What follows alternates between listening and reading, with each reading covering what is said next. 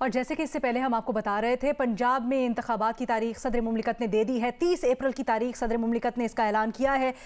जंग और the news के एडिटर इन्वेस्टिगेशन अंसार अब्बासी साहब ने एक रिपोर्ट रिलीज़ की थी, जिसके मुताबिक गुज़श्ता रोज़ इलेक्शन कमीशन ऑफ पाकिस्तान में जो इजलास हुआ उसमें पंजाब और खैबर पख्तूनख्वा के इलेक्शन करवाने के मामले पर हतमी फैसला नहीं हो सका था। लेकिन अब जब डेट आ गई है तो ज़रा मज़ीद तफसीलात अंसार अब्बासी साहब ने हमें ज्वाइन किया है, उनसे ही जानते हैं। अंसार अब्बासी साहब, एक तो जियो न्यूज़ ने रिवायत बरकरार रखी और मुसद्दिका खबर सबसे पहले अपने नाजरीन तक पहुंचाई। सर ये बताइएगा, ये जो इख्तलाफ थोड़ा सा सामने आ रहा था डेट के मामले के ऊपर, क्या अब जिन इदारों ने इलेक्शन कमीशन की मुआवनत करने पर पहले एतराज़ किया था या हिचकिचाहट दिखाई थी, अब उनके लिए काफ़ी टाइम होगा?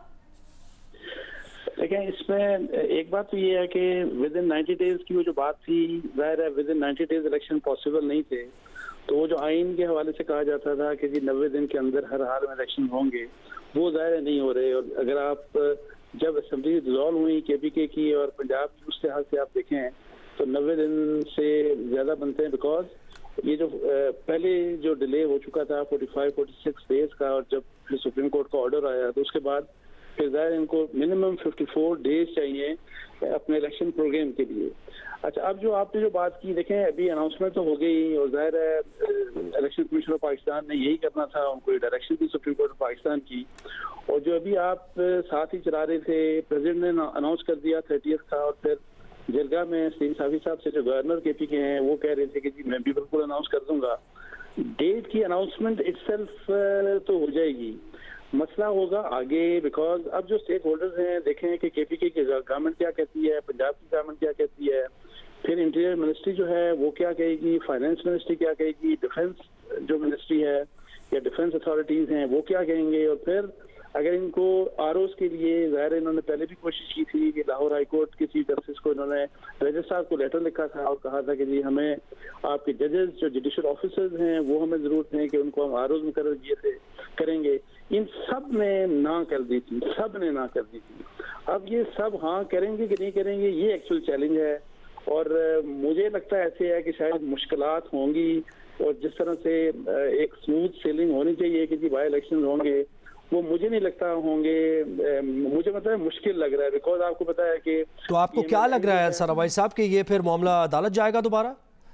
देखें, जाहिर है मेरा ख्याल है अदालत भी जाएगा। फाइनेंस मिनिस्ट्री से जब वो रब्ता करेंगे तो फाइनेंस मिनिस्ट्री कह देगी हमारे पास पैसे ही नहीं है। कल अगर आप इरफान सिद्दीकी साहब मेरा किसी चैनल के ऊपर बैठे वो यही बात कर रहे कि हमारे पास तो पैसे ही नहीं है, हम कैसे पैसे देंगे। तो आप देख लीजिएगा कि इसी तरह के रिस्पॉन्स आएगा इंटीरियर की तरफ से भी।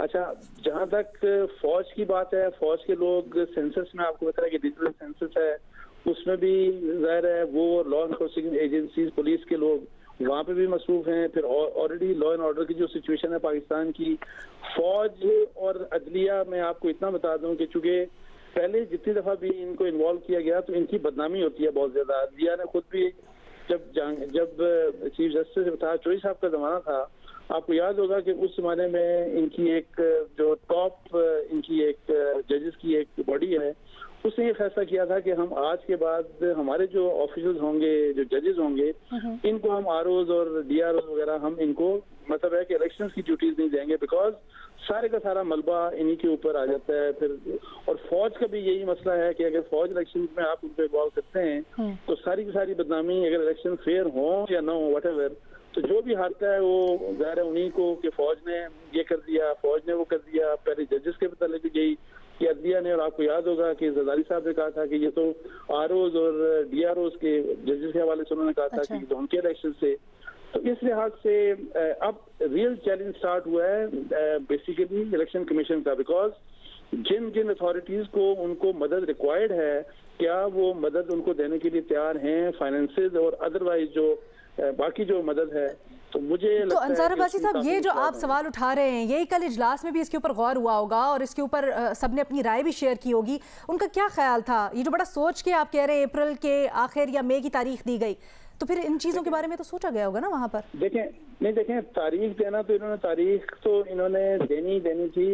एक्चुअली तारीख के बाद ये जो स्टेक होल्डर्स के साथ जो कांटेक्ट किया जाएगा वो अब ये किया जाएगा। अब वो पैसे मांगेंगे फाइनेंस से, अब वो फौज को भी लिखेंगे, डिफेंस को भी, इंटीरियर को भी, जैसे बाकी प्रोविंशियल गवर्नमेंट्स को भी लिखेंगे, सब कुछ। बिकॉज आप इलेक्शन कमीशन के अपना स्टाफ आपको पता है बहुत कम होता है, they are entirely dependent on provincial and federal government, और दूसरी जो अथॉरिटीज होती हैं उनकी असिस्टेंस के बगैर इलेक्शन हो नहीं सकते। और अगर उन सब की असिस्टेंस नहीं होगी तो फिर मसाइल होंगे। तो मुझे लगता है ऐसे है, चूंकि पीडीएम और पीएमएलएन आपको पता है उनका मूड नहीं है इलेक्शन करवाने का, और फिर इसलिए वो कोई भी हीला बहाना भी हो सकता है, सब कुछ हो सकता है। तो मुझे डाउट्स हैं कि इलेक्शन 30 को हो जाएंगे। तो इलेक्शन कमीशन क्या किरदार अदा कर सकता है, क्योंकि अब जिम्मेदारी तो उसकी है, उसने भी सजेस्ट किया, सदर मुमलिकत ने तारीख दे दी, तो अब यानी आगे से यानी लीड इलेक्शन कमीशन ही करेगा, जो भी अदालती मामला भी होगा या किसी भी सूरत कोशिश करेगा कि भाई कोऑपरेट करें आप हमारे साथ।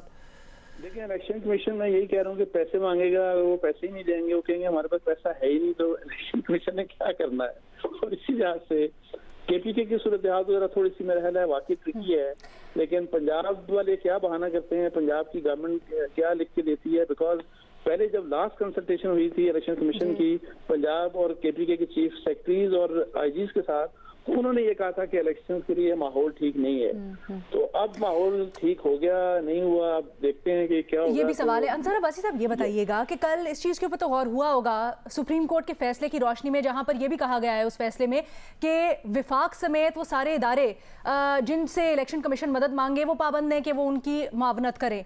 तो क्या इलेक्शन कमीशन अगर मुआवनत नहीं मिलती या कोई हिचकिचाहट जाहिर की जाती है तो फिर इरादा रखता है उनके खिलाफ अदालत जाने का?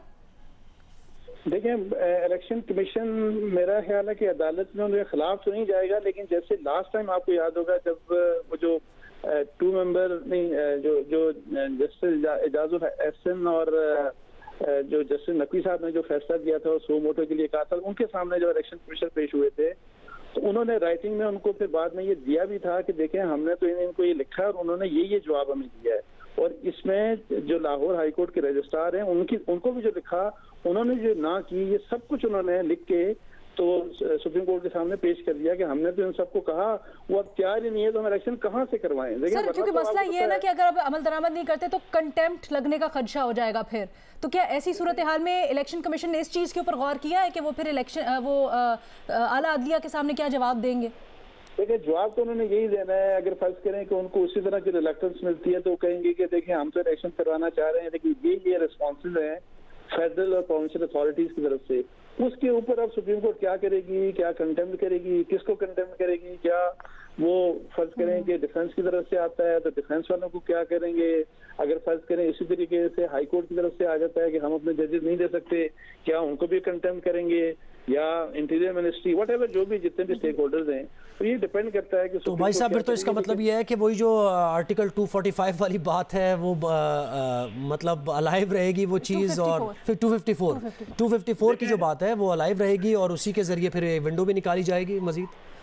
देखें इसमें बहुत सी चीजें हो सकती हैं, लेकिन मैं आपको एक बार बता दूं 254 का तो ज़ाहिर है लिखा है उसमें कि जी अगर एक लिमिटेड पीरियड में आइन कहता है कि ये चीज 90 दिन में होगी, मैं मिसाल दे रहा हूँ, तो अगर वो 90 दिन में नहीं होती तो इनवैलिड या इलीगल नहीं होगी, अगर उसके लिए कोई रीजन हो। तो अब रीजन क्या, उस रीजन से अंसार अब्बासी साहब बड़ी आप अहम बात कर रहे हैं, लेकिन कता कलामी की माजरत।